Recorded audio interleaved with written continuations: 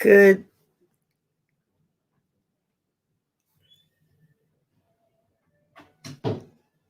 good morning, good morning. Excuse me.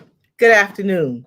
My name is Melanie Campbell. I'm the president and CEO of the National Coalition on Black Civic Participation and convener of the Black Women's Roundtable. And it is my honor and pleasure to welcome you to our Black Women's Roundtable, Black Women Leaders Power Table. It's our monthly series where we come together with Black women from across all generations and all backgrounds and all ideologies to talk about the key issues that are impacting Black women, our families, our communities, and indeed the nation. So today, our focus is on voting rights and policing reform. There is much going on Capitol Hill these days when it comes to federal legislation that's going through the halls of Congress on voting rights and policing reform. And we know that since the 2020 election, there has been a tsunami of attacks on our voting rights across this country. So today we're going to talk about that legislation. We're going to talk strategy. We all don't agree on all the different ways that it needs to be done, but we all agree it's time for policing reform and voting rights today.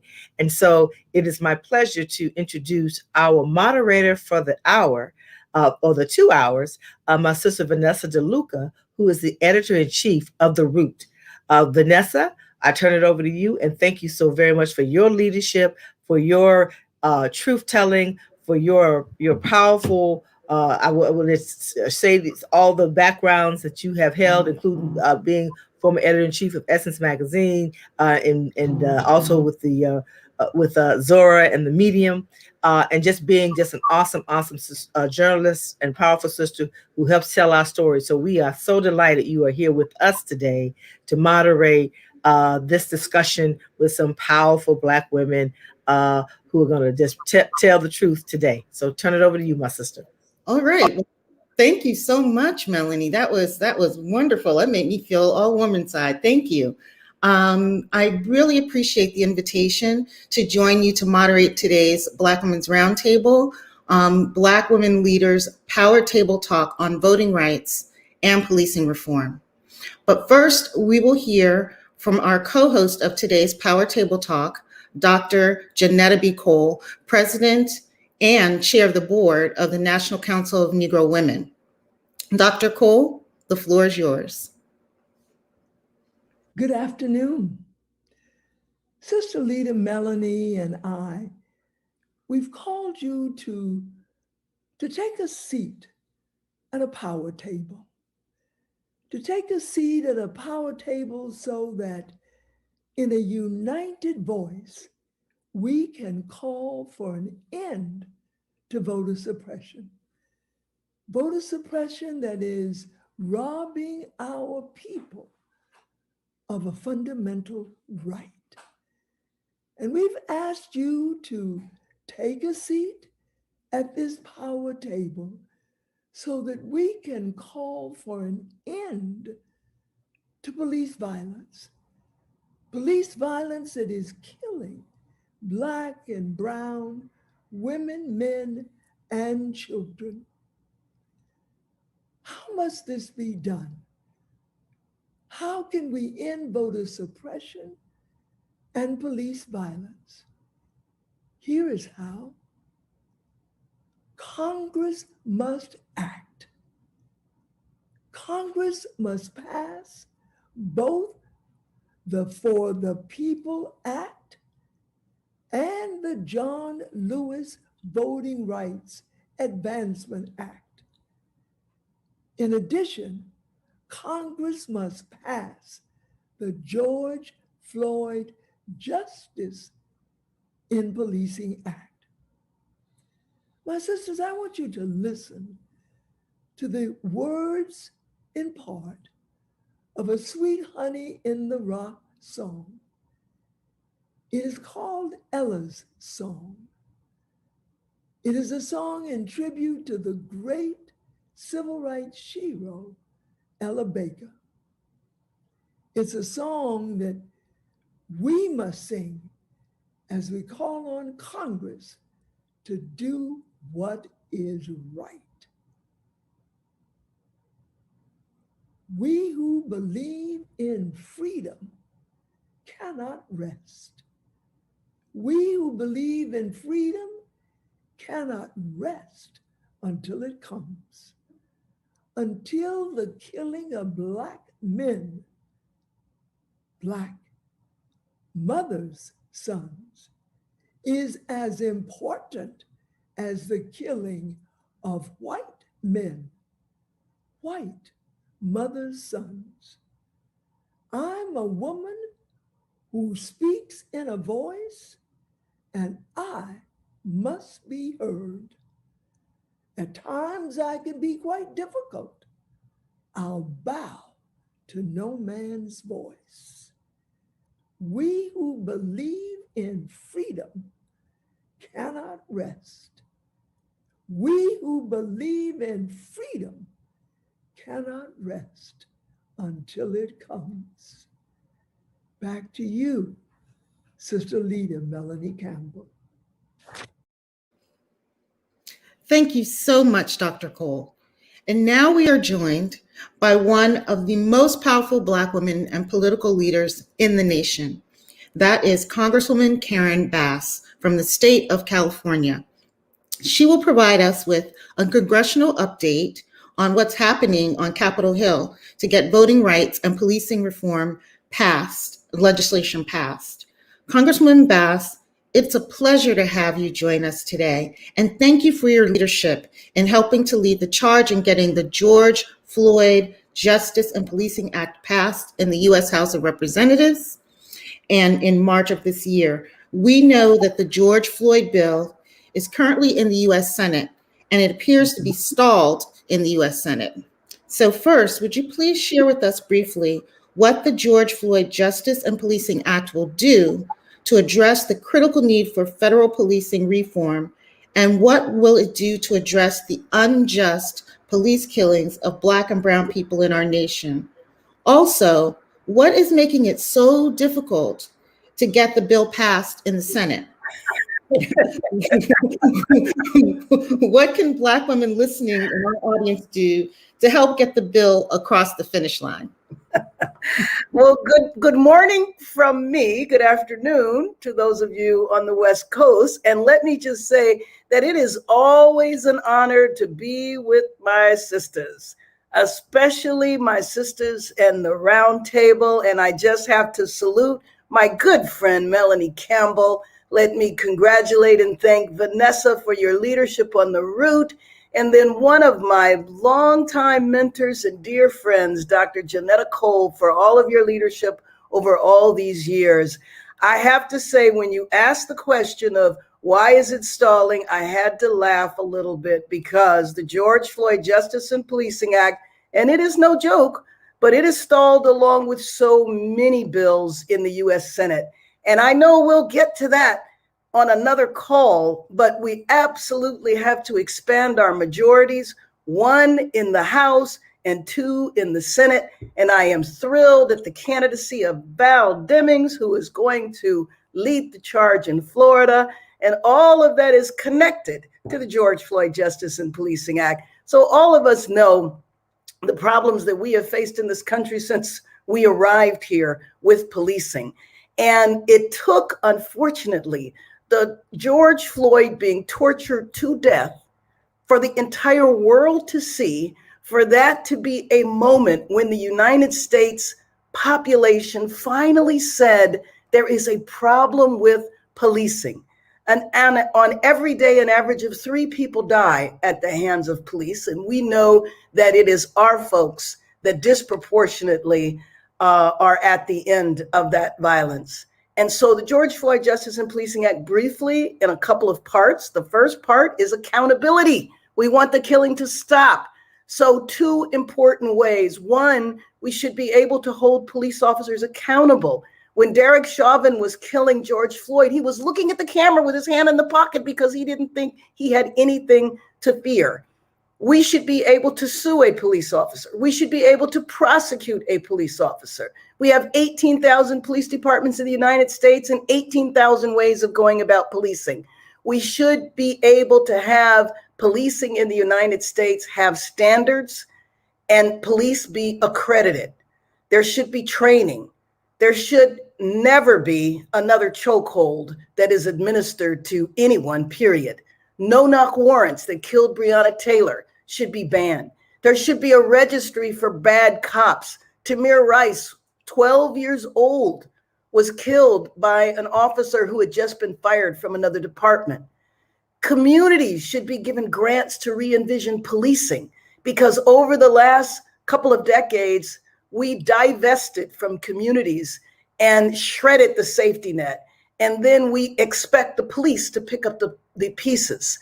Policing should not have to deal with homelessness, substance abuse, mental illness. Those are health, social, and economic problems. We have criminalized them. We need to provide drug treatment. We need to provide medical care for people who are mentally ill. And so that gives you an overview of what is in the bill. And so negotiations have been ongoing. The House did its job on March 3rd. It has been over in the Senate since then. At different points in time, I've been very hopeful that we would get a deal. Not feeling so much of that today, but oftentimes what happens with big pieces of legislation, they tend to blow up before they come back together. It has not blown up now, but we have hit a bump in the road. And I am hopeful within the next 2 weeks, we will come to some type of agreement and the bill will pass the Senate and then come back over to the House. So that is a very quick overview of what is in the bill and where we are now. What we need to do, and please everyone here needs to do, is to call the Senate leaders, call your senator, call the Republicans. Tim Scott is taking the lead over in the Senate. And if he and Cory Booker agree to a bill over in the Senate, then it is very likely that we would get the Republican votes because of Tim Scott's leadership. So anything that we can do to contact those senators and talk about how important this bill is, just because we haven't seen anybody killed on video in the last few days, does not mean that this issue has gone away. Thank you so much for that very informative update, Congresswoman Bass. You're welcome. We appreciate you. Now, I believe we're going to be joined by a panel of Black women who are some of the most powerful and effective leaders and organizers in voting rights, civil rights, and social justice activism. Today, we are joined by Helen Butler, Executive Director of the Georgia Coalition for the People's Agenda and convener of the Georgia Black Women's Roundtable. Janice Mathis, Executive Director of the National Council of Negro Women. Makani Temba, Chief Strategist, Higher Ground Change Strategies.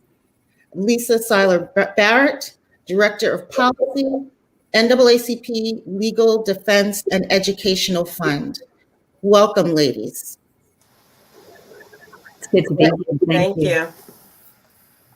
Okay, I'm going to direct this question to all of you. Please take a minute or two to respond. The first question I have for you is, we've heard from Congresswoman Sheila Jackson Lee about the status of the For the People Act and the John Lewis Voting Rights Restoration Act. We've heard about that before. But why do we believe we need federal voting rights legislation now? And what do you believe must be included in the final passage of the federal legislation to make sure that it's effective in protecting our voting rights? Who would like to start? Well, I'll start. I'm here in Georgia, and I can tell you all of the voter suppression bills that have been passed across the country were modeled after Georgia's legislation. And we need HR 1 to give standards to voting. SB 202 wanted to limit early voting. It wanted to limit the process for how we handle absentee ballots. It wanted to take control of the entire election process by allowing the legislature to really take over boards of elections, to take over, really to evaluate election supervisors. And it also took away the responsibility, some of the responsibility of the Secretary of State.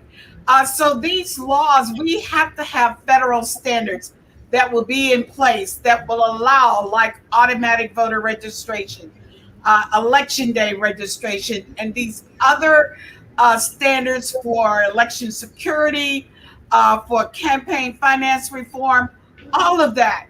We need that because all of these suppression bills make it harder for voters to exercise their right to vote.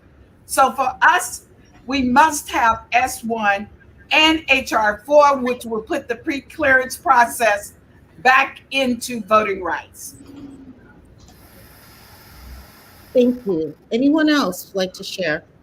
I would like to share. This is Janice Mathis, and I want to first thank the organizers of this call and my own president, Dr. Cole, for this opportunity. So good to see Helen Butler and all these other activists. I want to focus in on one aspect of the For the People Act. We know it will expand voting rights and it'll limit partisan gerrymandering, which is going to be very important now and for the next several months, and create new ethics rules. But one of the aspects of this For the People Act that I am most excited about, and I think that would really change the landscape, is changing campaign finance laws. And I know this is kind of boring and abstract, but there was a decision, Citizens United, that opened the floodgates of money into the political system. And the court reasoned in that decision that money is a form of political speech. And so what does that mean? If you've got a super PAC, you can overpower many other voices among the citizenry with your money. We need reform of that. If you have less money, essentially it means you have less political speech. And that is just anti-democratic in the worst way. And we need the For the People Act for that reason, along with all the others. And Vanessa, I'll just join in. First, I want to say thank you to Melanie and to Dr. Cole. And thank you, Vanessa, for moderating this important discussion. It's great to be here with all of my sisters. Again, my name is Lisa Kyler. I'm the director, Kyler Barrett. I'm the director of policy at the NAACP Legal Defense and Educational Fund. And I'll just say, I think part of what we are seeing, and Sister Helen Butler was sharing, what we're seeing in Georgia in terms of legislation that's been introduced, but we're seeing that across the country. And really, what we're seeing in these states is a backlash for the historic election that we had last year. So we saw tremendous voter turnout last year. It was a historic election in that the election occurred in the midst of a pandemic. And the election itself was part of a fight for democracy that we find ourselves in currently. And so glad to have representation like Congresswoman Bass and Congresswoman Jackson Lee, who I believe will be joining us later, really fighting for us at the congressional level. But many of the news stories about the election painted a picture that the election ran smoothly. But the reality is, and I know all of my sisters on this call know this, is that the reality is that voter suppression in the 2020 election was rampant. And all of us on this town hall today and a number of other partners really worked very hard, bringing sort of every tool and capacity we have to bear to combat the voter suppression efforts in 2020. And so, when we talk about the 2020 election, it's really not that there wasn't voter suppression in that election, but rather the community outworked that voter suppression. And we saw things like voter intimidation at the polls, right? Armed supporters of President Trump displaying Confederate flags at polling sites on election day in Florida and North Carolina and Louisiana. We saw long lines at polling places and early voting sites in areas that disproportionately affected voters of color. We saw poll site closures at the last minute and relocations, again, disproportionately impacting voters of color. Just endless obstacles erected to try to preclude or discourage people from using mail-in voting, which presented an even greater challenge given that we were in the midst of a pandemic. The U.S. Postal Service making mail delivery changes at the last minute, and LDF has sued the U.S. Postal Service. And while orders were issued requiring the agency to suspend those changes and to prioritize election mail, there were still problems that persisted.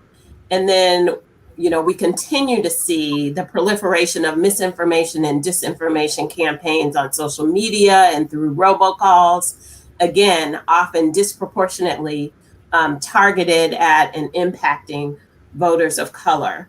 And so we need our HR 1 and HR 4 in place to address these issues. As Helen Butler and Janice were just sharing, some of the provisions would directly address these issues, specific issues that we saw in 2020. So we would have a new national automatic voter registration that asks voters to opt out rather than to opt in. So we'd ensure that people were signed up to vote. It would require states to put on online options for voter registration and online options to correct or cancel or designate party affiliation. It requires 15 days of early voting for federal elections. And that's, one of the things that we are seeing attacked in these state bills that we're seeing proliferate. It establishes independent redistricting commissions in states. And we know that we are entering a period for redistricting, prohibits voter roll purging. So a lot of the things that we are seeing and that we saw in 2020 to try to preclude people from voting would be addressed by S1. And then we need full restoration of the VRA, because the VRA specifically prohibits racial discrimination in voting, and it's forward-looking. So it would have a pre-clearance requirement, or restore the pre-clearance requirement, which means that states that have a history of discrimination would have to get voting changes approved by the federal government before they could implement it. So before a voter loses their ability to participate in an election, the federal government would have to approve a change. And so these bills are critical to expanding the right to vote and to protecting the right to vote. And we really need the Senate to move, and for Congress to move these bills and move them quickly so that people will not be disenfranchised. And I appreciate that. I want to also add my thanks and honoring of, just such amazing folks here on the panel, and also just for Representative Bass, of course, our sister leader, Melanie Campbell, and to you, Vanessa, thank you. I just wanted to just quickly add, without repeating all of the important things that have been said already, is that one, that we have been in a period of retrenchment, of course, since the 80s. And so we have a lot of ground to make up. I think the other thing that's important, and these bills are the beginning, because I live in Jackson, Mississippi. I'm in the South, like many of the folks who have spoken before. We have pretty poor, access to voting rights. It's been a struggle. It's been really organizing that's got us, where we are. But I think it's also important to remember that at the state level and at the local level, folks like Helen Butler, of course, and then in Louisiana, where people have actually expanded rights for returning citizens, returning residents, and that it's been our movement that's really made the difference. And I think that's important to hold, is we have to speak out around this legislation. We also have to continue to organize, because that's what we know to do, right? This is how we got the Voting Rights Act. So I think part of what I want to say to our community out there that your voice not only matters in terms of calling Congress, which is important, you should do that, and calling your senators, which oftentimes, like where I live in Mississippi, it doesn't feel like my senator necessarily hears what I have to say, but because we do have a system in the Senate that in many ways disenfranchises most of us. In fact, you have about 60% of the population represented by less than, essentially 26 senators, and then about 30% represented by, almost 3/4 of the Senate. So we have structural problems that then relate to how the voting rights goes down, how our legislation goes down, that we also have to look at, because we don't quite have a democracy in this country. So, we're working on it. And thanks to the leadership of Black women, that's part of how we've been involved in, sort of re-engineering so that we actually have a democracy. And the last thing I'll just say very quickly, and I think about the words of Frederick Douglass, which I have on my wall in my office, which says there is no Negro problem. It's just whether or not the American people have the patriotism or the honor, and the courage to live up to their Constitution. And what Black women have done on this panel and beyond is to require, along with our folks organizing in the streets, require that this country lives up to its Constitution. So one, I want to just acknowledge all the people who are on the ground who do that work. We're going to continue to need to do that work for our voting rights, which are related to all of our rights. Well said by all of you. I guess the next question that I want to put in front of you is, you gave some examples of what's been happening in the states to suppress the vote. Can you give some other examples of what you've been seeing on the ground, things that we as Black women in the audience can recognize or know that what we're seeing is not actually what should be happening? Does that make sense?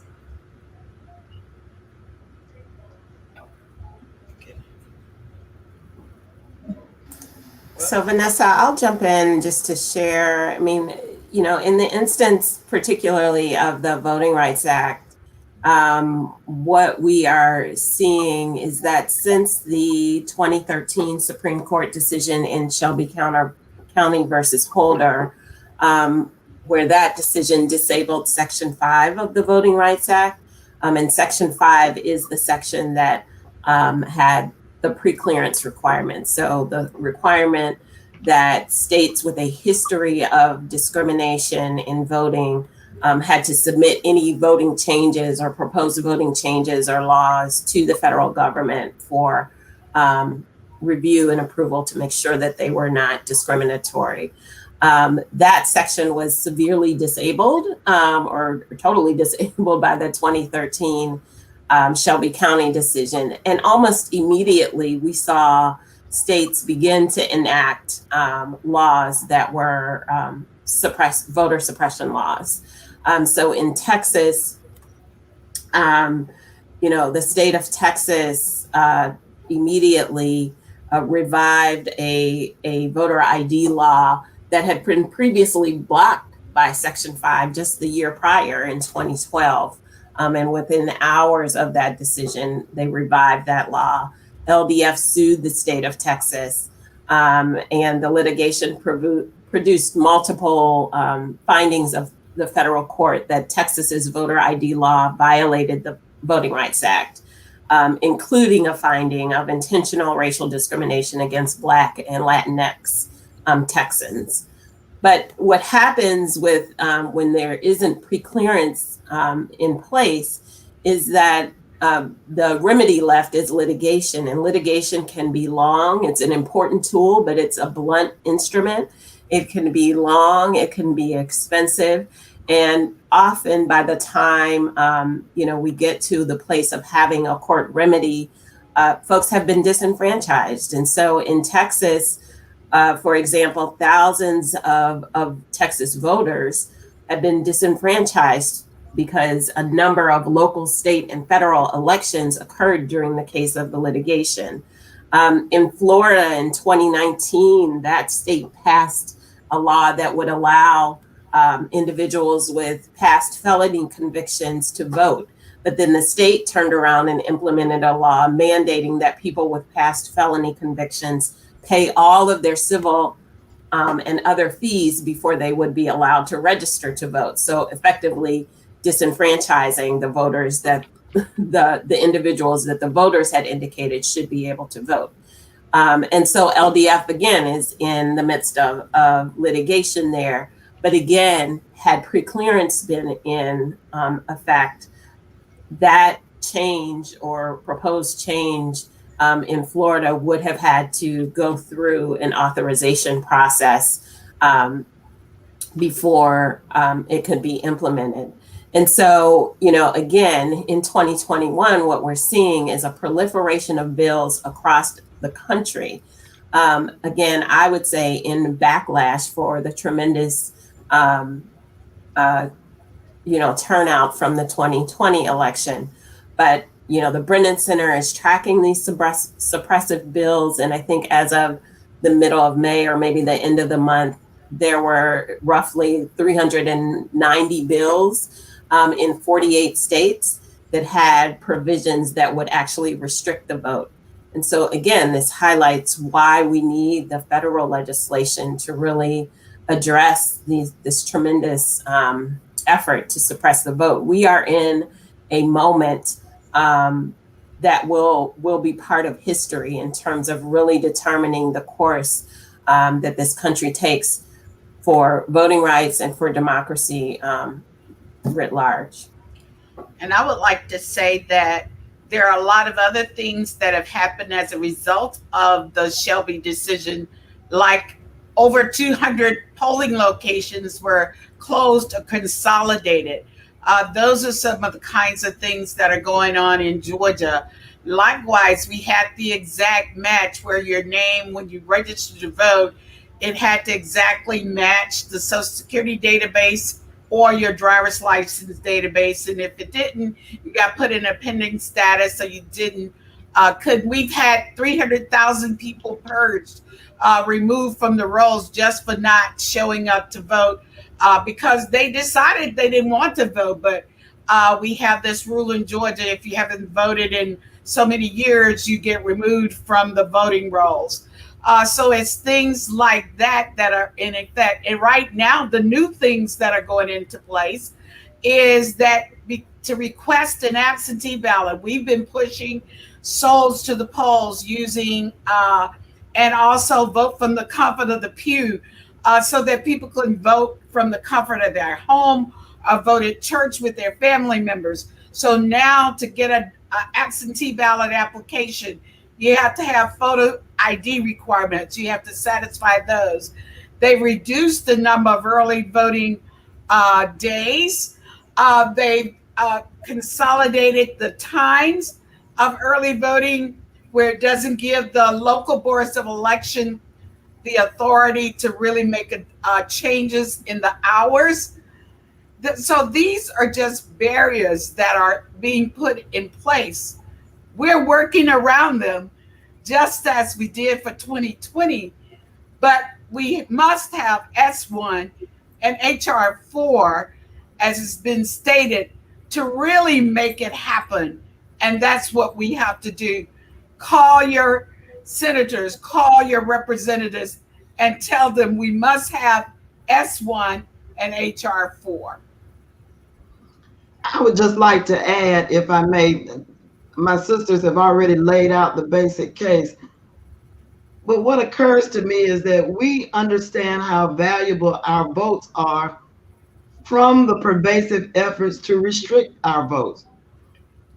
They must be awfully valuable for people to put as much energy, time, and money as they are into responding and reacting to our insistence on exercising the rights of citizenship. I was in a conversation earlier this week, and I won't name the person, but they said, if you really want to stop a certain very powerful senator, you've got to go after his super PAC, because that is all that he cares about. power, money, and racism combined to restrict and circumvent the right of citizens to vote. I think about North Carolina. Some years ago, North Carolina sort of started turning purple. And almost immediately, one of the most difficult things that was done was they took away the right of 17-year-olds to pre-register. That was a relatively forward-looking. If you're 17 years old, you can pre-register to vote. That was one of the first things that was abolished in North Carolina because it represented a new generation of voters coming into the system. But we know these things are not new. Closing down polling places, making voter ID requirements. Let me say something about voter ID. You'll often hear, and I get so tired of hearing people say, oh, what's wrong with voter ID? You need a voter ID to go to the mall or to buy an airplane ticket. But the important difference is you don't have a constitutional right necessarily to drive a car or buy an airplane ticket, but we are supposed to have a constitutional right to vote. And so that argument that voter ID is not restrictive, it's not aimed at restricting your civil rights, is just illogical and anti-democratic.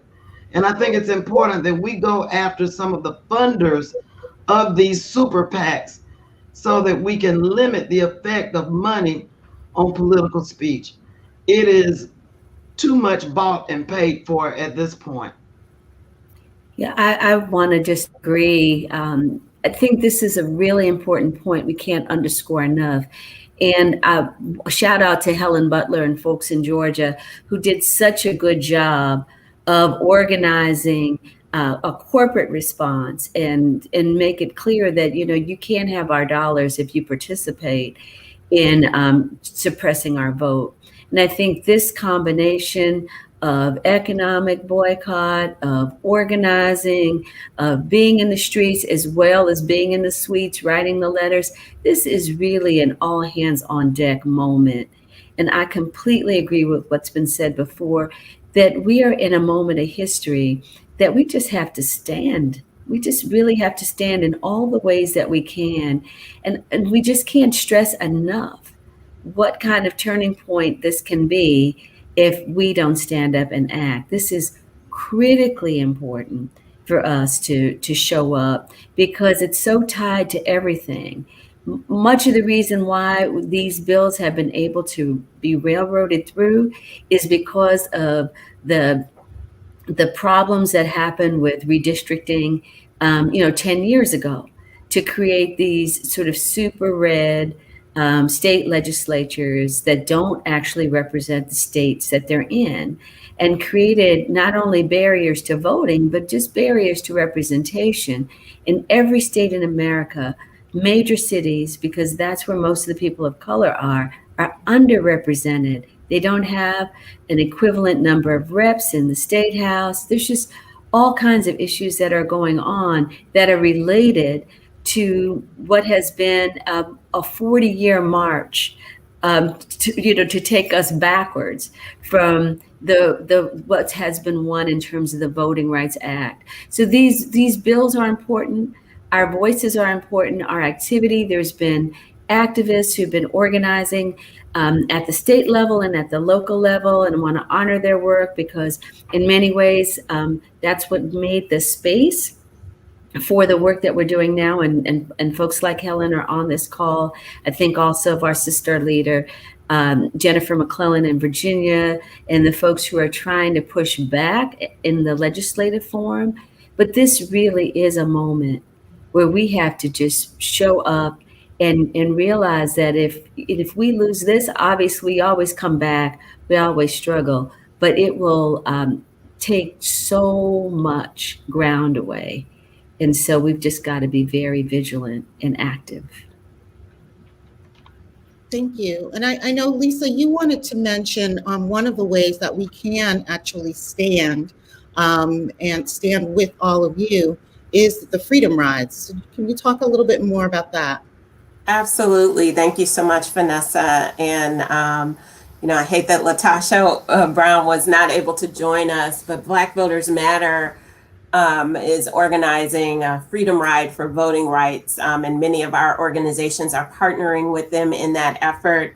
It begins, I believe, next week, and we'll travel through a number of cities, have rallies in those cities, with the final sort of destination being Washington, D.C., where there will be a rally.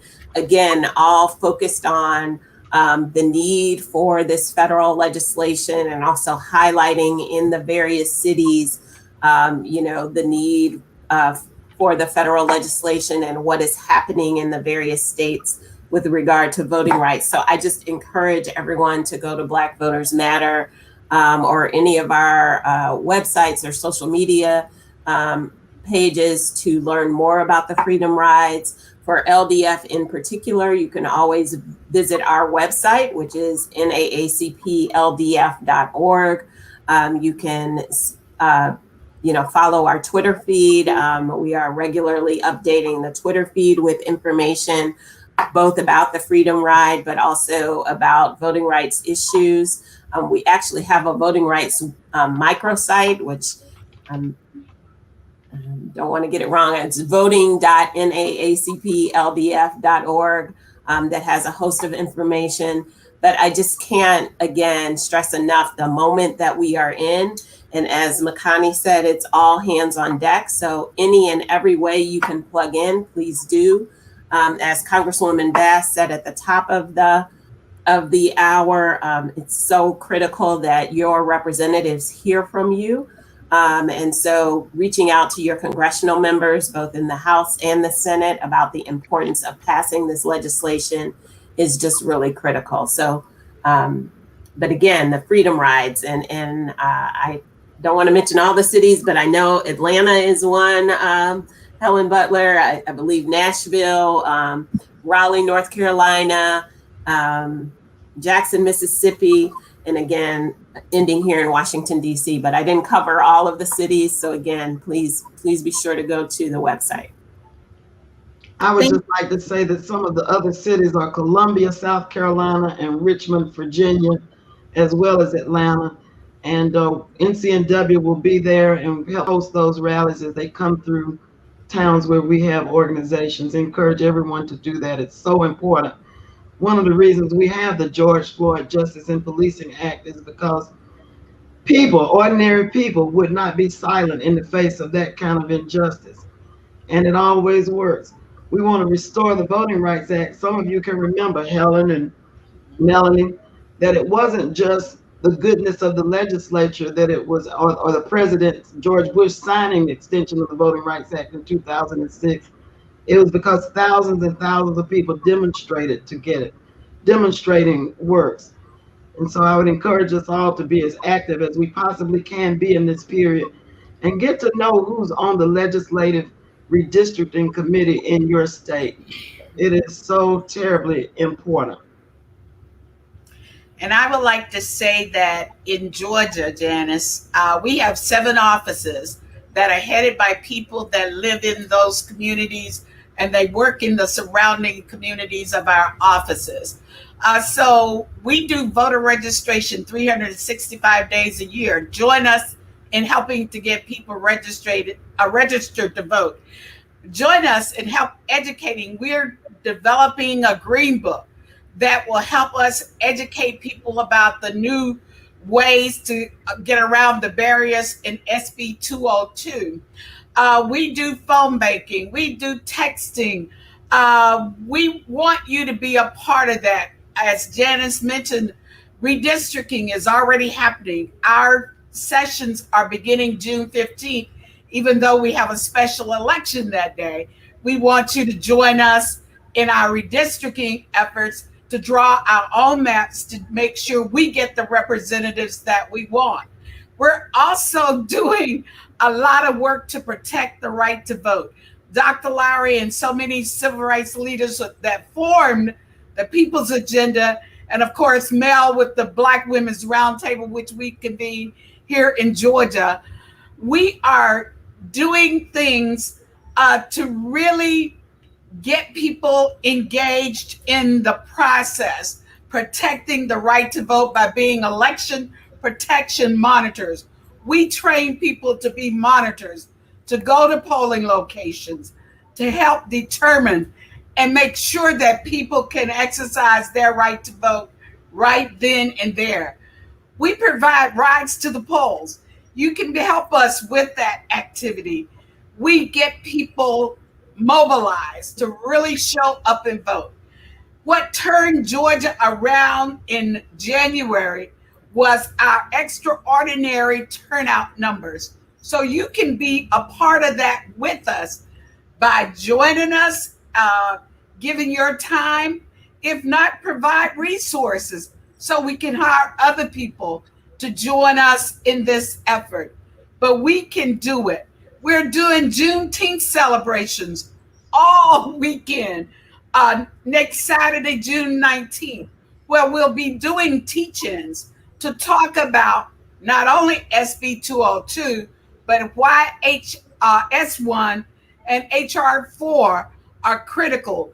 Get people engaged, give them the information to call their senators, their Congress people, to make sure they're know that they want those bills passed, and to call your family members that live in other states or friends in other states, to have them call their senators and their representatives to say we've got to have this federal legislation to prevent some of this state and local legislation that is going on. We at the People's Agenda, our website is thepeoplesagenda.org. You can join us there. And again, we also do the Black Women's Roundtable that talks about healthy, wealthy, and wise, and empowering Black women. Black women lead the way here in Georgia. So join us as Black women. Melanie says Black women are the secret sauce, and I do believe that. So join us, thepeoplesagenda.org. We'd love to have you be a part of us. Makani, I know you also wanted an opportunity to share. You're mute. Unmute the mic. There you go. Just very quickly, family, wanted to, many folks know that I have a recent affiliation with Black Lives Matter. So, and also a big part of our collaboration is with the Electoral Justice Project of the Movement for Black Lives. So I wanted to make sure folks knew about that. There's things going on all over the country, including Juneteenth activities in many of the chapters, including Los Angeles, South Bend, Indiana, shout out to folks all over Michigan. So one of the ways to find out more is by going to EJP, that's Electoral Justice Project, .m4bl.org. That's EJP.m4bl.org. That not only talks about like how folks can get involved, registration, there's also support and a fellowship for folks who are interested in taking it as another level, and that is for running for office. So I would just want to make sure people know about that. Thank you. Thank you so much. Any last final words before we break on how our audience can support your organizations? Many of you have already given us that, some information on that. Any final words? I would just like to reiterate that there's always something we can do. You can contact your United States Senator, and you can participate in these freedom rides that begin on June 18th in New Orleans. And I just want to say Black Youth Vote. I do want to lift them up because as a part of the National Coalition on Black Civic Participation, we have Black Youth Vote. Join their efforts. The young people are in the street and they're activated and they can make a difference. And so join Black Youth Vote as well. Thank you all. And I believe Melanie would like to say a few words before we wrap up. Hello, ladies. I just wanted to say thank you all so very, very much for joining us today for what was really a really critical conversation. Thank you for your leadership. Thank you for your stewardship. Thank you for your partnership and your commitment to justice. And so I just wanted to come on and say thank you. And thank you, Vanessa. for being our moderator again for this panel and also the next. And so I think you're going to tell people to stay tuned and don't go away or something like that. Yes, absolutely. I just want to remind people you're watching the Black Women's Roundtable Power Table Talk on voting rights and police reform, co-hosted by the National Council of Negro Women. We're going to take a quick break, and then we'll be back with our second Black Women Leaders Power Table Talk with a dynamic group of Black women leaders to discuss the George Floyd Justice and Policing Act. So stay right there.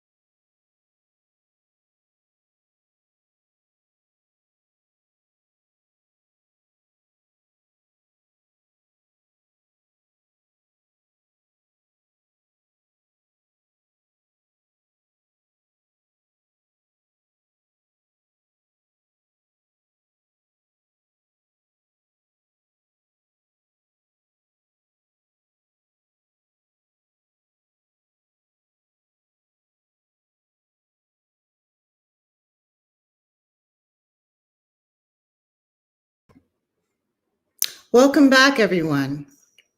Again, my name is Vanessa DeLuca. I'm the editor-in-chief of The Root, and it is my pleasure to be with you today to help moderate this amazing panel. We've already heard from some amazing women, and now we're going to have join us another panel of second round of panelists to discuss police reform and the George Floyd Justice and Policing Act. Our awesome panelists are Janice Mathis, Executive Director of the National Council of Negro Women. And we have with us also Reverend Dr. Judith Moore, convener of the Pittsburgh Mon Valley Black Women's Roundtable and Sisters Saving Ourselves Now. Welcome, ladies. Thank you. Oh, we also have Joy with us.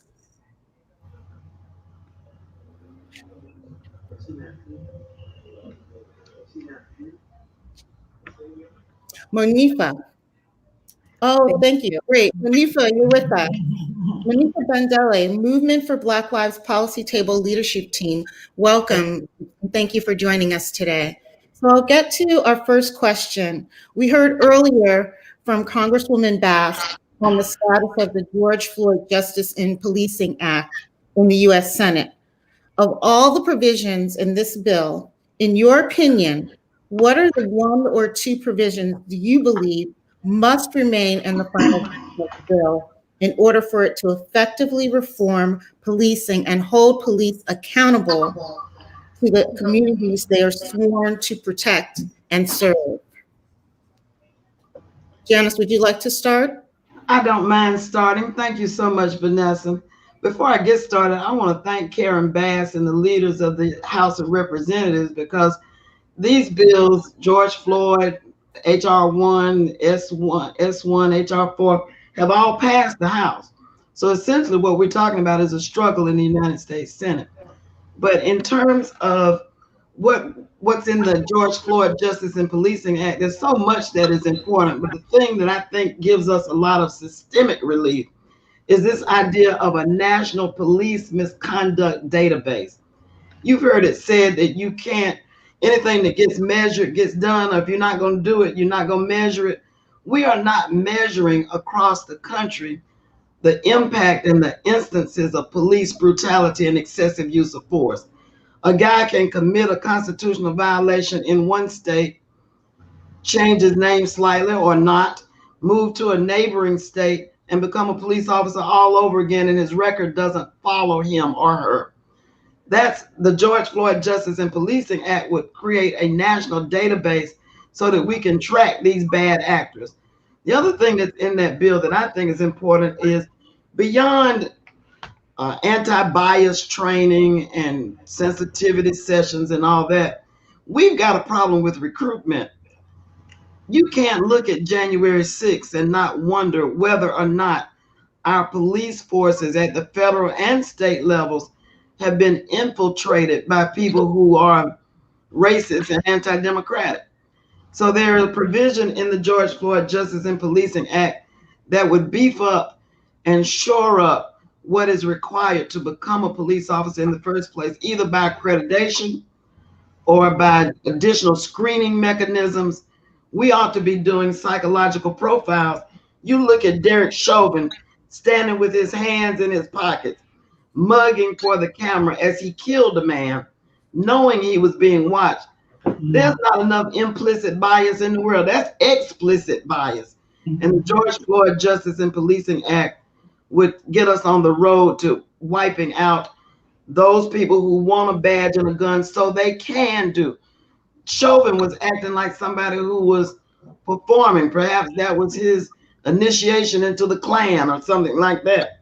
I'm not a conspiracist, but it is not logical to think that all of this behavior is just individuals who happen to be moved to violate federal constitutional protections. Thank you.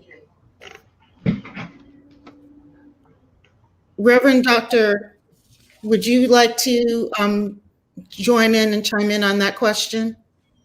Yes, thank you so much for having me.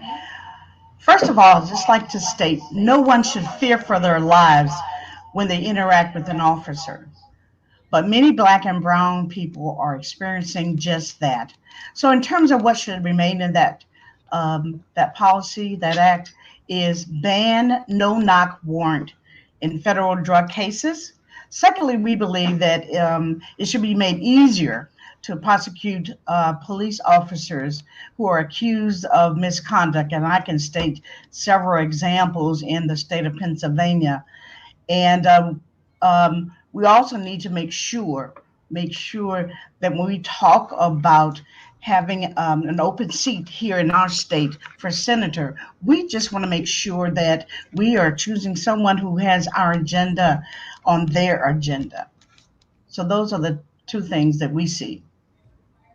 Monifa, I'm going to bring you in, but I also want to welcome another panelist. Her name is Joy Cheney. She's the Executive Director of the Washington Bureau and Vice President of Policy at the National Urban League. Thank you for joining us, Joy.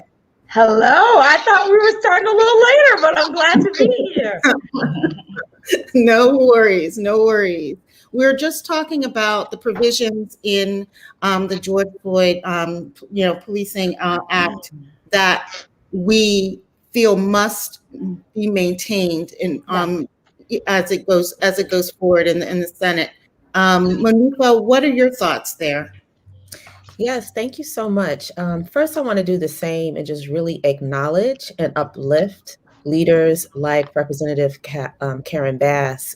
She and many other members of the Congressional Black Caucus have been working on this for a long time. And this is hard work. You know, this is not easy. This is not an easy lift to pull together federal legislation that is meaningful, that impacts communities everywhere, and that also can pass the House and at least be a conversation in the Senate. So I really bow down to her courage, to the fact that they've worked with the families and many community organizations. I also completely unite with the fact that we need a database. We need to know what police officers' disciplinary records are, and it needs to be known nationally. And I also unite with the idea that we need something that lowers the criminal intent standard. Basically, right now, it's very difficult for the DOJ to bring federal criminal cases against police officers who kill, because they essentially have to prove that the person went out and started their shift that day with the intent to kill that very specific person that died during during an interaction with police. And so that bar is too high for prosecution. We need to lower that bar. But ultimately, what I want to say really on behalf of the Movement for Black Lives is that all of the pieces of injustice in policing are really the floor. And if we want to meet the demand of last summer, when we had 25 million folks in the streets who want real systemic change, we want Black people, brown people to stop dying at the hands of police, we have to do a lot more. We have to reimagine the whole system of public safety. And so I honor the work that is done in the George Floyd Act, but I really cannot stress enough that we need to figure out a way to just divest from policing, criminalization, jails, prisons, detention centers, and actually funnel resources into the interventions we know really keep our communities safe. Well, Nifa, that's so interesting. I'd love for you to talk some more about that. Obviously, you know, the legislation is not, everyone is in support of this legislation. What would you like to see? What would you like to see in an alternative bill? Sure. I think, you know, my brilliant panelists hit the nail on the head. Investing millions and billions, actually more dollars into things like training around implicit bias. We know that Derek Chauvin, just within the past year of him killing George Floyd, attended such trainings, right? We know who people have been doing this work on the ground, like my fellow panelists know, that the power, the reach, the budgets of the police departments and the political power of their unions allow them to float above the laws, no matter what laws we put in place. For example, I'm in New York. Chokeholds have been banned in New York for decades. And yet still we've had Anthony Baez choked to death. We had Eric Garner choked to death, right? Because the NYPD's power, their budget, their political influence is too great. We've got to shift that. We've got to say, no, we want our departments of public health to look at violence intervention. We want our community-based organizations who've been doing a great job at violence interrupters to get the types of budgets that we see going to riot gear that in New York City, for example, is $9,000 per police officer to outfit. So we really want to actually see divestment. People don't like to hear defund the police, but essentially what we're saying is stop putting 60, 90 billion dollars over the course of time into failed interventions. We need housing, we need education, we need healthcare, we need mental health beds, we need drug addiction services. And until we get those, we're going to continue the same cycle. I just want to amplify what Sister Monifa was saying about other kinds of interventions. As a young lawyer, one of the first cases I brought against the city where I was living was a young man in his 20s, was out in the street nude with no weapons. And the only thing the police could figure out to do to him was shoot him and kill him and let him bleed out in the middle of the street. That's right. There should have been a mental, obviously. And of course, the excuse was, well, he was going after my gun. It is time for us to invest in the things, I'm just saying, repeating what you've already said, the things that we know work. About 80% of criminal convictions have either drug involvement or poverty, or driven by drugs and poverty. So why don't we put more of our money, I don't say defund the police, but put a different emphasis on what we do in terms of intervening. Well, I'd love to bring you into the conversation and get your thoughts on all of this.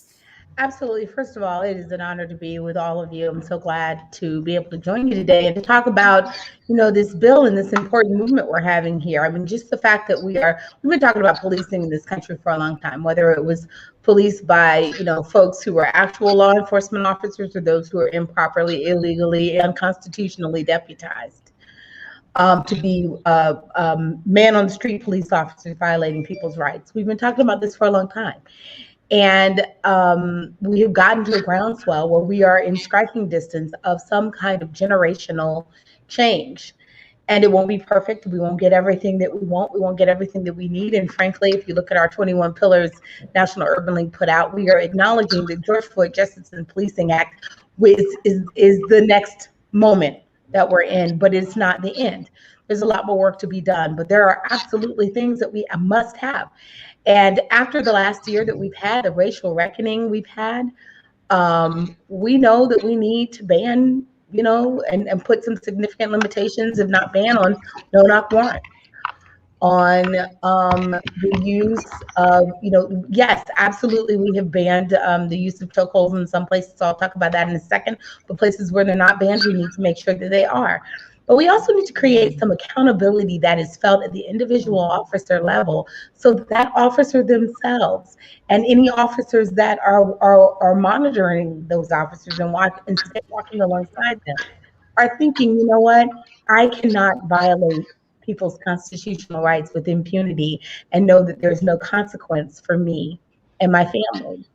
We need accountability on them, so that we can have the opportunity to lift up good cops. There are great cops out there. Most cops are good cops. And we need cops on the street. We need communities, African-American communities are diverse. We're in this weird, precarious moment where we both need protection from cops, but also by cops. And so it's not like we're saying we don't want police on the street. We absolutely do want police on the street.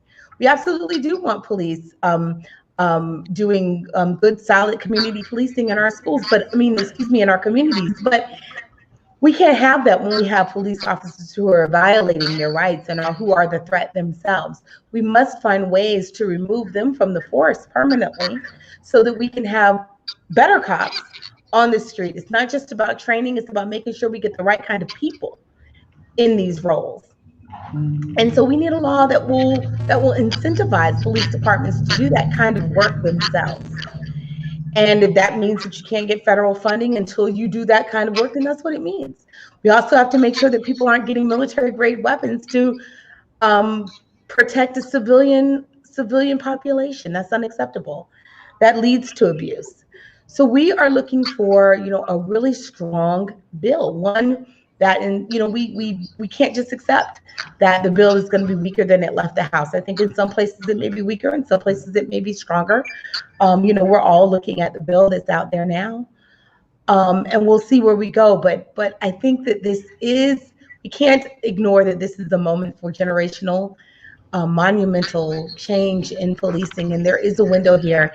And I hope that we will be able to take it. And let me just associate myself with the thanks. I want to thank Senator Booker. I want to thank Congresswoman Bass and all of the others who have helped them, including Senator Scott. We want to thank everyone who's been working to move this bill forward, and we will be holding them accountable, ensuring that any bill that goes to the floor reflects our values. One of the provisions that seems to be a sticking point is over qualified immunity. Mm-hmm. And the sad end to the story I was telling about the young man who was murdered in the streets of a small Georgia town, it was qualified immunity that kept his family for months and decades, for years, from collecting any kind of compensation because of that. And so we do need qualified immunity reform or abolition to remain in that bill. That seems to be the point of friction, the point at which the negotiations break down. Those of us who support expanding justice and just treatment want qualified immunity. And I won't go into all the ins and outs. Joy and other people are more qualified to talk about what it means. But it means it's nearly impossible to hold a police officer responsible for his actions unless you can overcome qualified immunity. And that doesn't have to be so. It can be, I'm not saying get rid of all immunity. Certainly they deserve some protections for having to make snap judgments in difficult situations. But qualified immunity goes too far, makes it too difficult, and it needs to be reformed, if not abolished. And that is in the bill now and should stay in the bill. Excuse me. Thank you. I also wanted to, we going to another? Go ahead, Monifa. No, I'm really excited. I feel like we're on the verge of seeing a new future for our communities, a new reality for our children and our grandchildren, because these conversations that we're having, even if we don't unite on every single point, are conversations that we couldn't even have 5 years ago. We couldn't have 10 years ago. We created the conditions, the women on these calls, the women in our communities, whether we were going to the polls or going to the streets or going to the city halls, created a pathway for us to have these more radical and nuanced conversations. And, I just wanted to push and lean in on what that future can look like. When we look across the country, the communities that are the safest do not have the most police. Right. So what is it about Black people that we think that we have to be policed in order to be safe? We should have the conversations about the now, and we should deal with the realities of the now and the bills on the table. But I'm excited that we're also having this larger discussion and this larger imagining of what is my community? I live in Bed-Stuy right now, born and raised. What will it look like, for my children and grandchildren? How will I create safety where I don't need police on the street, where there's birthing centers? Or we had a similar situation. Muhammad Ba here in New York, his mother, Hawa Ba, actually called 911 because he was having an emotional health episode and she wanted an ambulance. And instead of getting an ambulance, police came and shot her son to death because he wouldn't come out. So the help that was called to help the young man actually killed him. And then we don't have the level of crisis intervention and mental health crisis units that we need. So those are the types of things that I'm imagining. I think this moment is amazing. I agree with everything that Joy said. I don't think we're like on opposite ends of anything, but we're just in different stages of what we think is going to be next after that. And I'm really dreaming of a future where we actually aren't policed. No, I agree. I think, just to be clear, I think you're absolutely correct. We're in the same place. I think this is an opportunity for us to talk about how we can invest in other principles, right? Other disciplines, whether it's birthing centers, whether it's social workers, whether it's mental health professionals, et cetera, et cetera. And what I think is great is that there may be some possibility to see some of that, hopefully, in this bill or in future bills. And I think that we have to keep the pulse, our thumb on that, and to make sure that no one, look, George Floyd Justice and Policing Act, whatever it happens, we cannot be so thankful when that happens that we don't continue the fight. And sometimes that's what happens, right?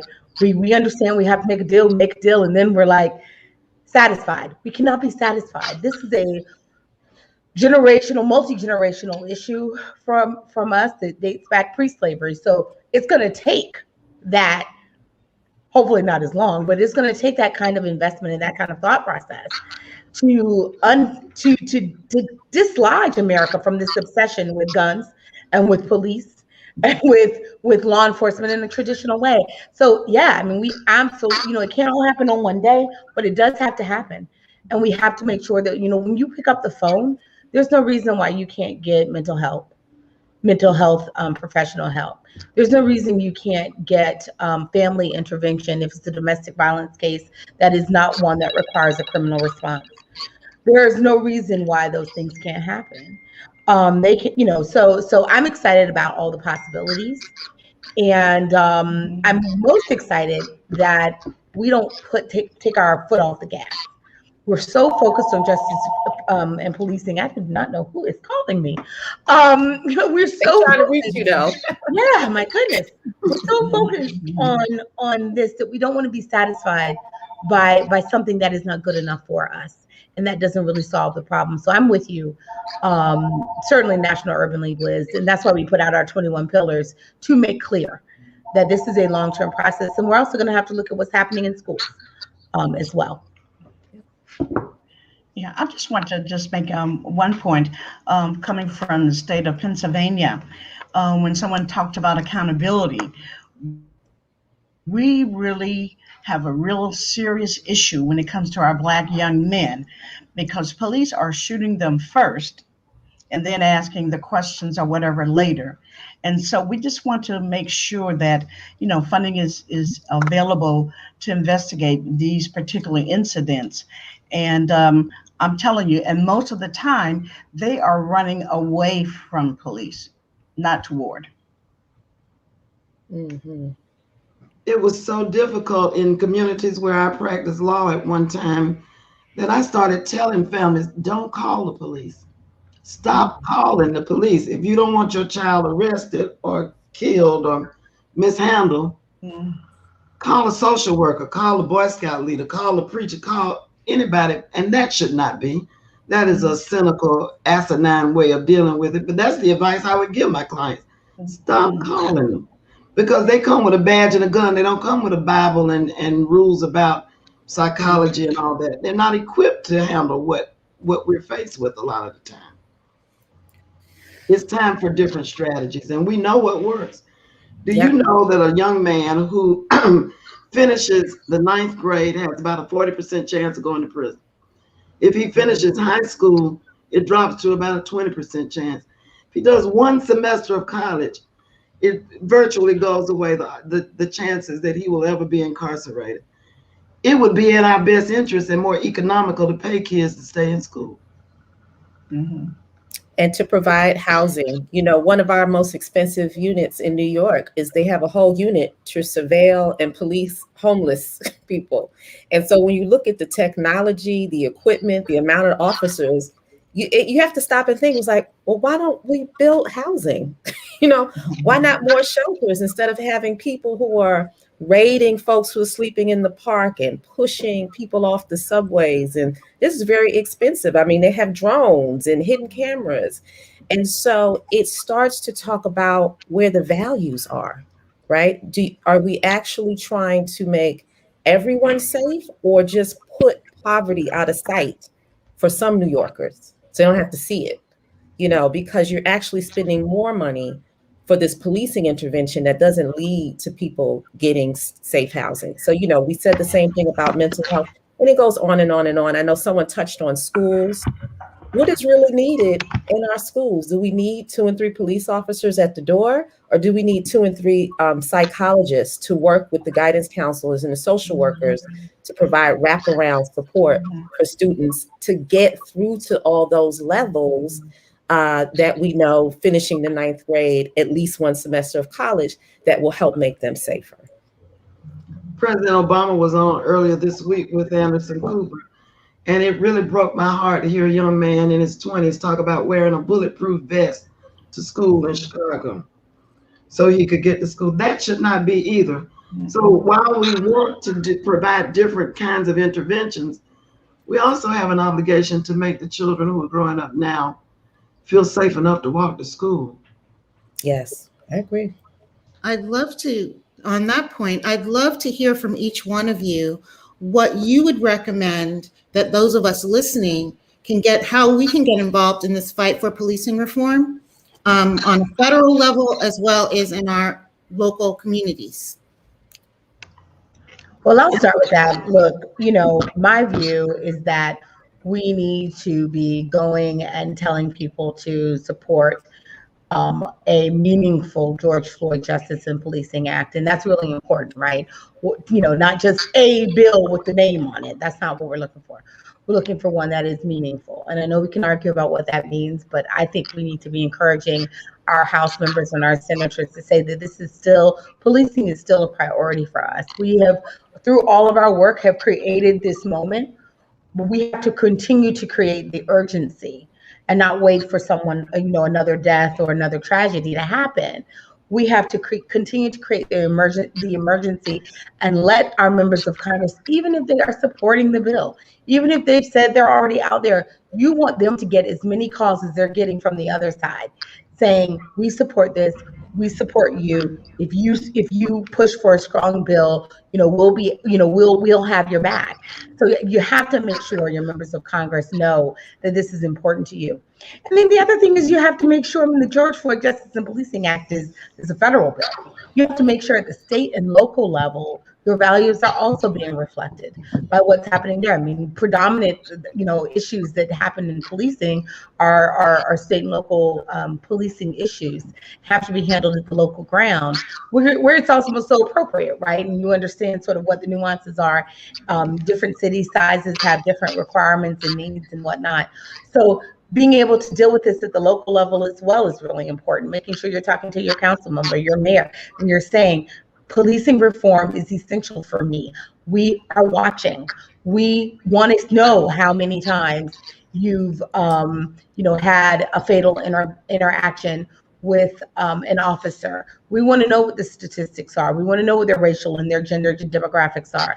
We want to know that. We want to know what you all are doing to ensure that someone who's had received a considerable number of community complaints is not still on the force, right? We want to see where there has been changes. We have to be able to hold people accountable. We want to see that you're not using no-knock warrants inappropriately and that you are not using chokeholds. And if it's banned, we want to make sure that it's actually that if someone's using it, that they are being punished.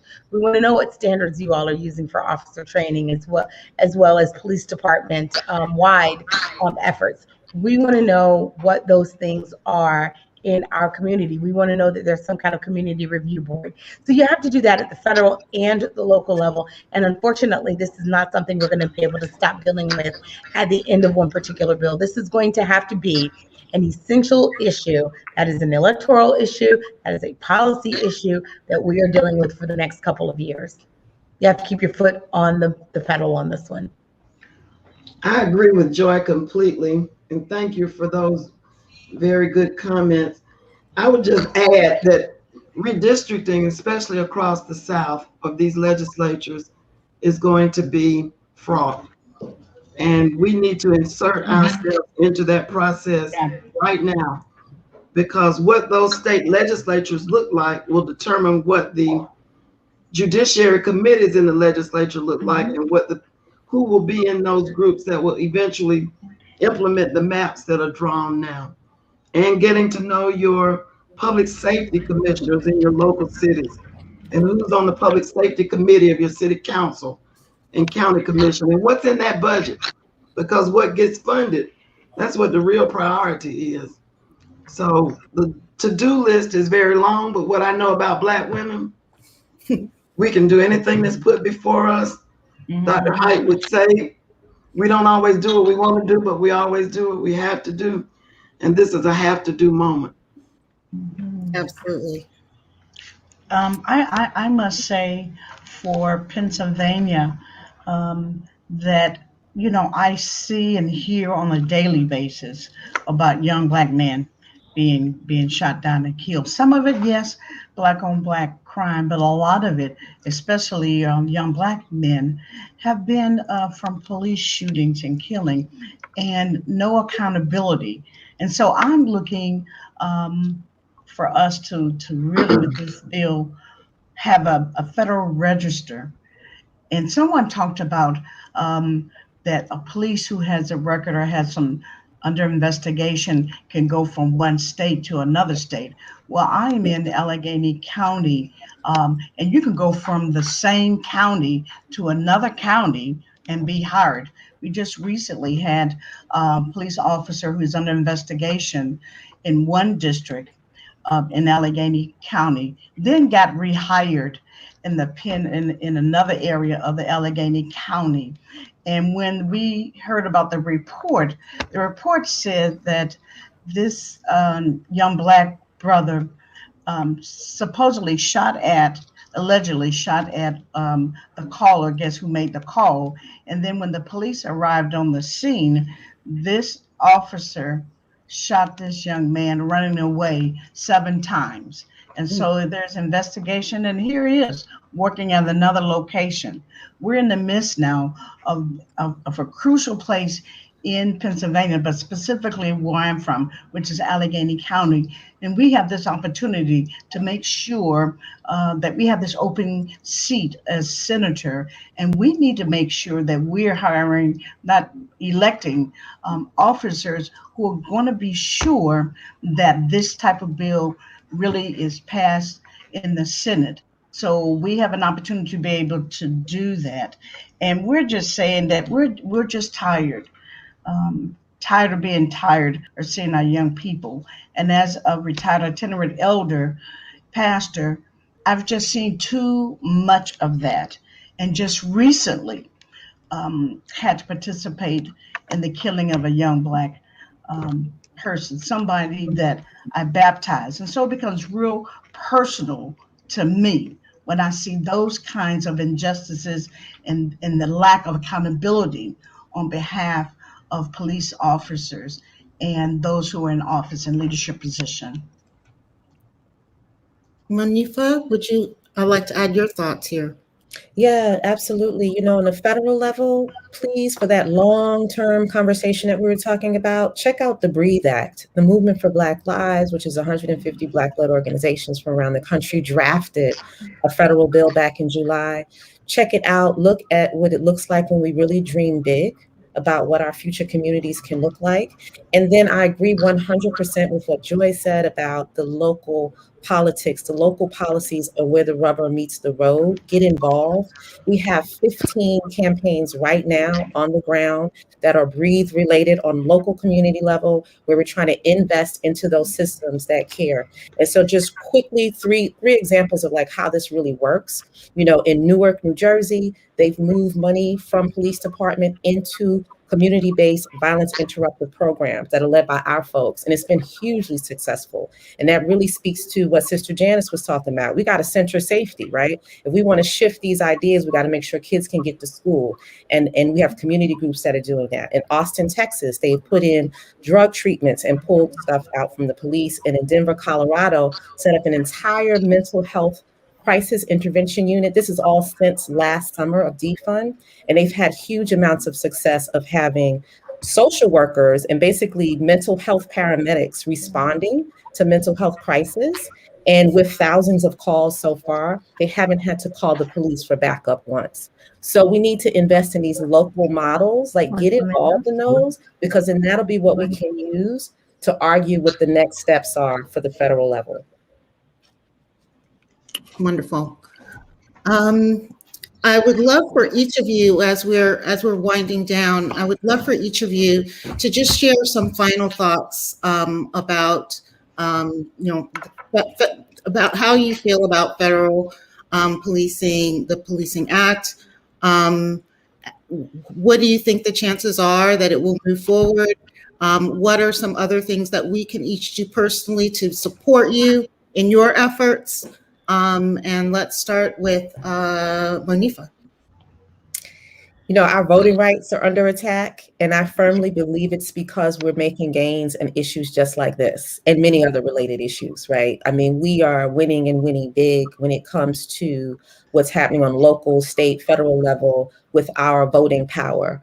You know, so I say let's keep our eye on this ball, keep our foot on the gas. Like Joy said, I love that, you know, but just to remember that we have to protect our civic rights. You know, we have to keep looking at how they're trying to dismantle our access to the polls so that we can't push the next phase after justice and policing, so that we can't reimagine our local city safety systems.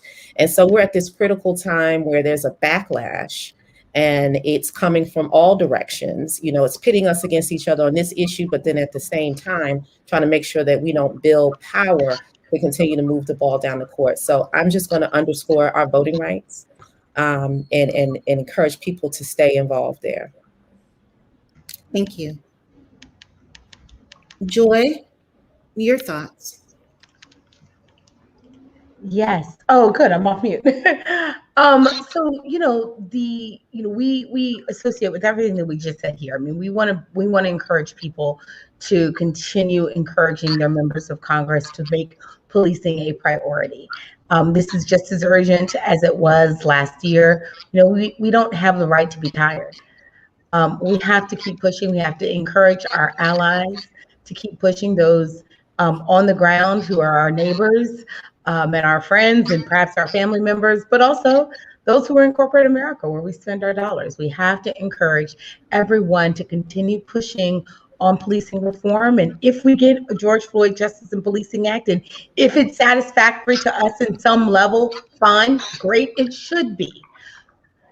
Then we keep moving and we keep pressing at the local, state, and federal level. And so, you know, we are encouraging everyone to reach out to their members of Congress on this issue, and also on voting rights too. I agree with what Montifa said. I mean, look, if the devil's not after you, it's because you're not doing anything. And the reason they're fighting us on voting rights is since we have been winning. And we have to make sure there are some generational issues that need to be addressed in this particular work period. And by that, this particular session of Congress. And we have to do it now, because if you do it next year, you'll say, oh, it's too close to the election. No. This year, the first session of this Congress, we absolutely have to have a priority to both deal with voting rights, George Floyd Justice and Policing Act. So I want you to think about three things: George Floyd Justice and Policing Act. I want you to think about HR 1 or S1, however you say it, the For the People Act. We want you to think about the John Lewis Voting Rights Act. All three things are needed on the justice front. Yes, there are other bills as well that are important in terms of our economic security. And we should have a whole panel on infrastructure and other types of bills as well. But while we're on this topic of policing and voting, absolutely, those are the three things that you need to be hearing.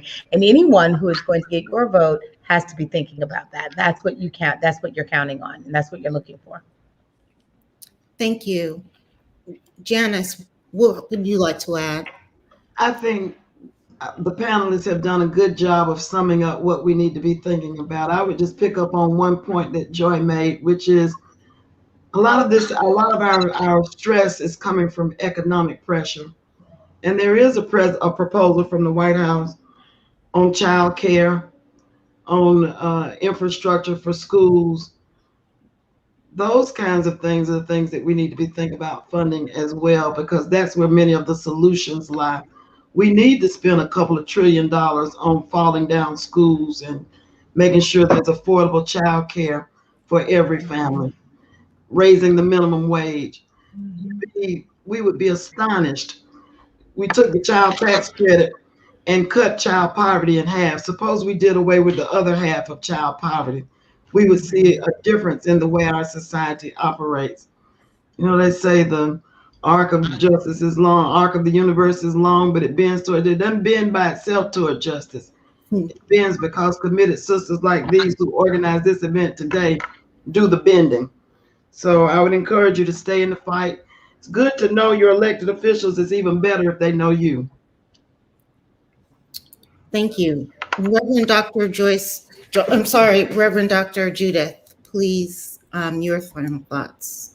Yes, concluding thoughts are, first of all, we had our present mayor said that there's a black Pittsburgh and a white Pittsburgh. And our job, our responsibility is making sure that we have one voice, and that voice has to come together. And I think we're making great strides in terms of opportunities on the judiciary, local and state levels. We also are making progress in terms of elected officials, of Black men and Black women. And we're still calling on our senators and the opening spot to make sure that our agenda is being heard, and importance of this particular Floyd Justice and Policing Act. And we want to make sure that the voice is so loud and clear that we won't stop until we get it done. Thank you so much. Thank you all for your insight, your wonderful observations, and your encouragement to help us to figure out how we can get involved and how we can be a part of all of this. Now I believe that Melanie Campbell is going to join us again. And Melanie, you have some thoughts. Thank you all for just a wonderful, wonderful panel. You're muted. You're muted.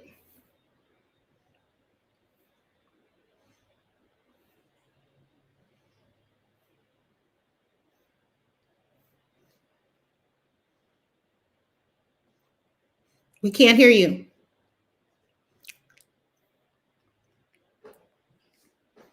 No.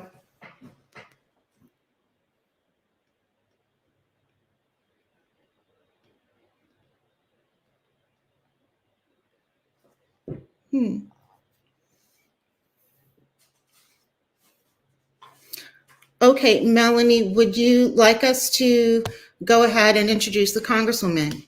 Okay, wonderful, wonderful. It is my pleasure to welcome Congresswoman Sheila Jackson Lee from the state of Texas. Congresswoman Lee, thank you for your leadership and joining us today to share with us what is going on with voting rights legislation in the Congress, most especially the For the People Act that is in the U.S. Senate, and the John Lewis Voting Rights Restoration Act that is in the U.S. House of Representatives.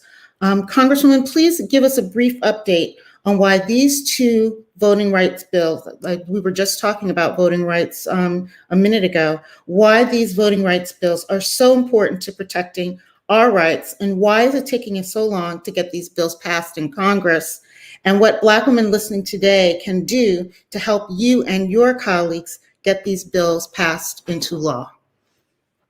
And I'll pass it over to you. District Director Harris.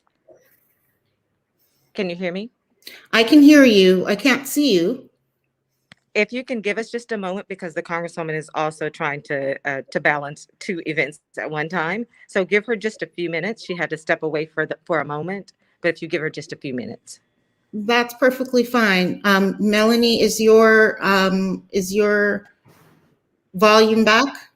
I hope so. Can you hear me? Yes. Didn't do anything different. But it is what it is. So thank you. Technology is great when it works.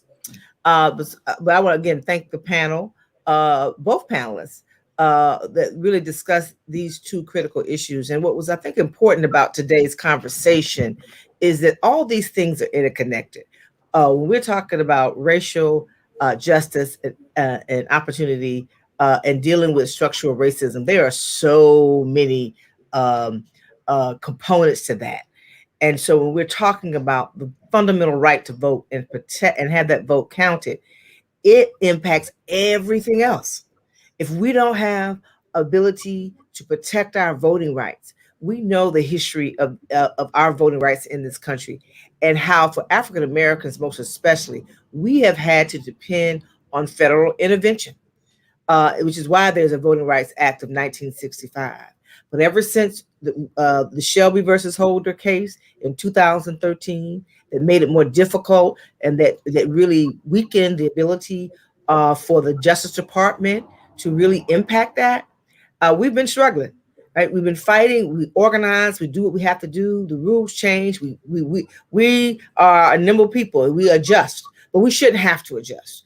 The fundamental right to vote should be protected at all times and at all costs. So we urge you to remember to get involved in your local community.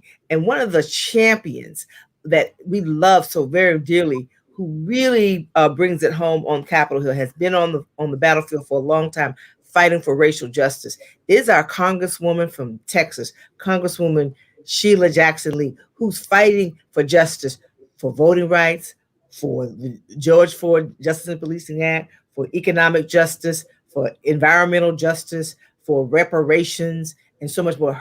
Her and her colleagues at the Congressional Black Caucus and allies in the Congress are fighting the fight.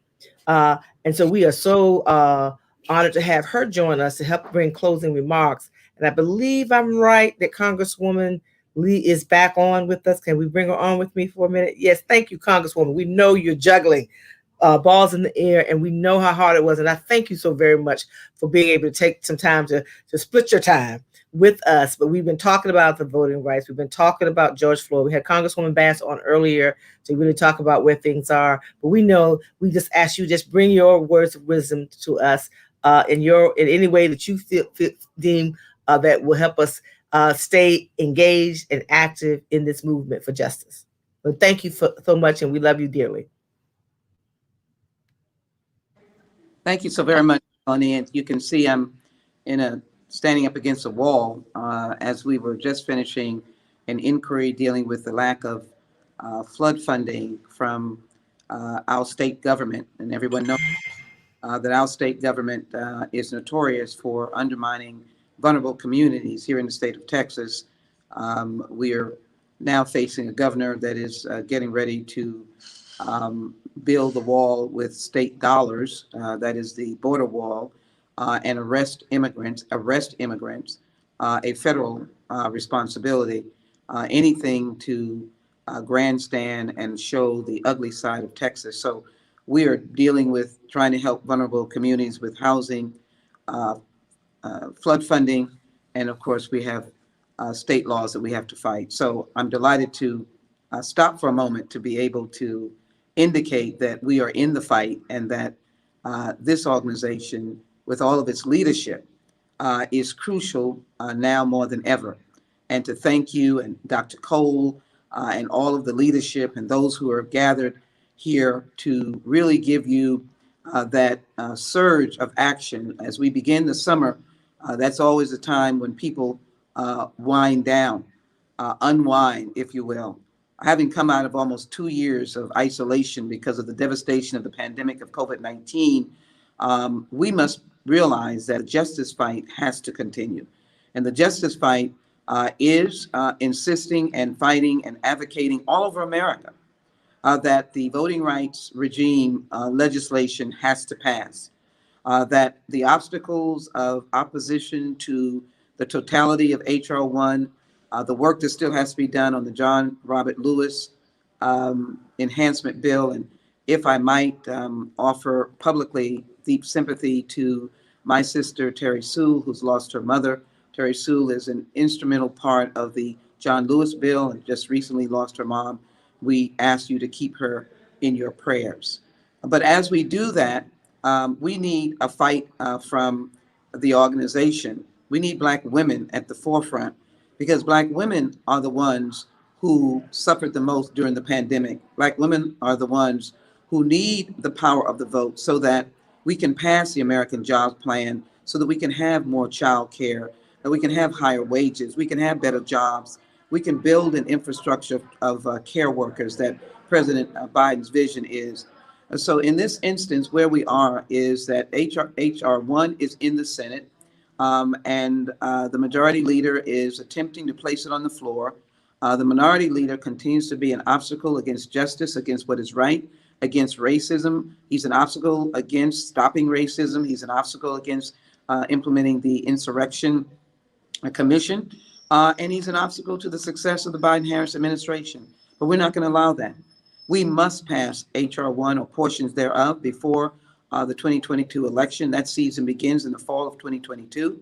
And we must pass the armor bearer, that is the John Robert Lewis bill that recreates the formula for Section 5 pre-clearance, so that these laws that are on the books by 43 states, these Neanderthal and racist and unjust laws of being against voting can be eliminated. So the advocacy that I'm encouraging you, and it also impacts the George Floyd Justice and Policing Act. As I know my good friend and colleague has indicated, it is going up and down on hills and valleys. It certainly has been one that has moved to a certain extent, but we also know that there are issues of which we are trying to ensure that the language is one that we all can benefit from, and that the bill can be passed as strong as possible, because that's what advocates and those who face these brutal actions by police have been waiting on. We've been attempting to reform the police for the last 37 years. And frankly, I would say to you that police departments thrive when there are good laws and good police community relationships. And so the voting rights legislation needs a push for you to encourage your senators, where you are all over this nation, that that bill must pass. We in the Congressional Black Caucus have that as a priority. We have as a priority as well the passage of HR 40, the Commission to Study and Develop Reparation Proposals, again, a bill that has been around for 30 years plus, and heroically and historically, heroically, because it was a lot of people who helped fight to get it done, it passed out of Judiciary Committee on April 14, 2021. I will never forget that day, late into the night with all kinds of opposition, but all kinds of support. And we believe that bill should go to the floor. And we think if it goes to the floor, it will pass. So we are asking the Black Women's Roundtable to not only support the George Floyd Justice and Policing Act, but HR 40, the Commission to Study Slavery and Develop Reparation Proposals.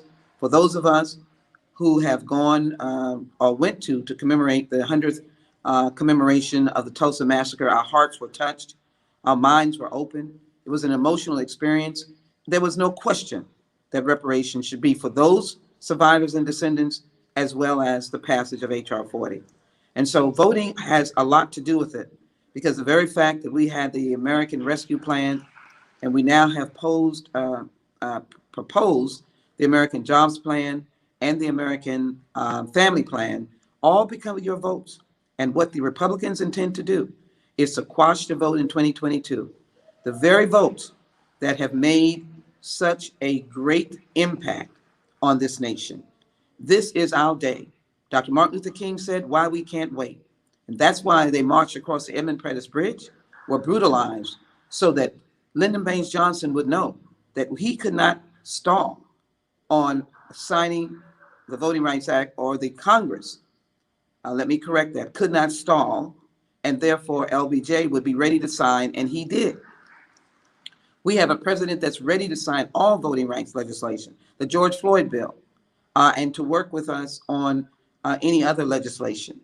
With that in mind, it is crucial, very crucial, that we move with your advocacy, that you insist. And let me tell you, you should be calling the minority leader, McConnell. You should be calling Republican senators who are obstacles to the voting rights. You can call Democratic senators, but you need to call those who are standing in the way and want to undermine the presidency and vice presidency of President Biden and Vice President Harris. I want to give a shout out to Vice President Harris for her leadership. And we as Black women should be supportive in this very tough business that she's in. She's doing an excellent job. She knows what she's doing, and she's ready for the fight. She has been given the assignment of voting rights, and to get it in, well, she can't do it alone. And so organizations need to send press releases, have virtual press releases, touch sisters in faraway places like Arizona, Arkansas, Mississippi, Illinois, down in Atlanta, over to Texas, out to California, up to New England, and places beyond. Touch Black women and have them standing up and fighting and saying, we will not lose this battle, not on our watch. That's my hopefully inspirational and motivational challenge to you, that now is our time. We can't wait. And these are the shoulders upon which others and generations will stand. And as Martin King said, there is a promised land. He saw it, but he didn't know if he would get there with us.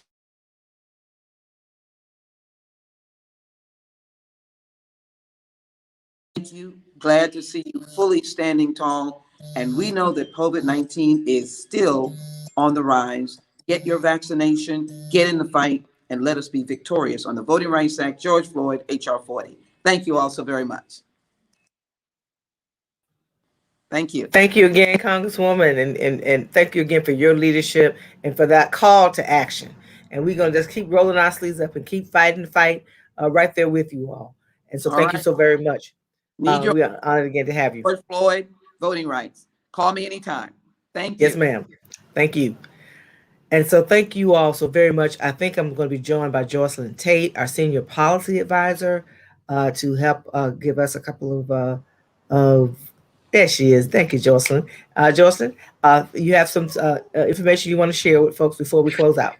Yes, and thank you, Melanie. And I want to tell everybody that was watching today, you've heard from the foot soldiers in this fight for justice in policing and voting rights. And you've also heard from our leaders in Congress who vote our voice in this fight as well. So now there's one thing that's made clear throughout everything that you've heard from our speakers today, and is that we have to do something. So my call to action to you today is to call and tell your senators to support the For the People Act and the George Floyd Justice and Policing Act. So call 202-224-3121. Call your state senators, call Republican senators, call Democratic senators, call all the senators and tell them that you want them to support the For the People Act and support the George Floyd Justice and Policing Act. I'll give you that number again. It's 202-224-3121. And also connect with us. We'd be glad for you to connect with us in our work here at the Black Women's Roundtable. And you can do that, connect with us on Twitter at NCBCP_BWR. You can connect with us on Facebook at Black Women's Roundtable, and you can go to our website, blackwomensroundtable.org, or ncbcp.org, which is short for the National Coalition on Black Civic Participation. Do your part. We're all in this together, and we can make this happen if we all work together. Back to you, Melanie.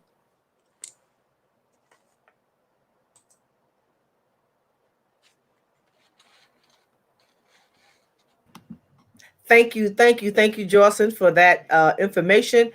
So we hope, thank the audience for joining us. Thank you, Vanessa DeLuca, Editor-in-Chief with The Root, for partnering with us to serve as moderator. Thank you, Dr. Janetta B. Cole, who chair and president of the National Council of Negro Women, for partnering with us on this, and all of the staff behind the scenes. And thank you, Roland Martin Unfiltered, for serving as our media partner, live streaming this on your platform, and we appreciate all you do to speak truth to power. And thank you, of course, to all of both of our congresswomen, and for all of our panelists for joining us, and all of, again, our back end team. You know who you are, and thank you all. Just stay busy. Let's get this policing reform. Let's get this voting rights reform done, so that we can make sure that justice, we have those tools we need to continue to fight for justice for our people. So thank you. And y'all have a good rest of your day.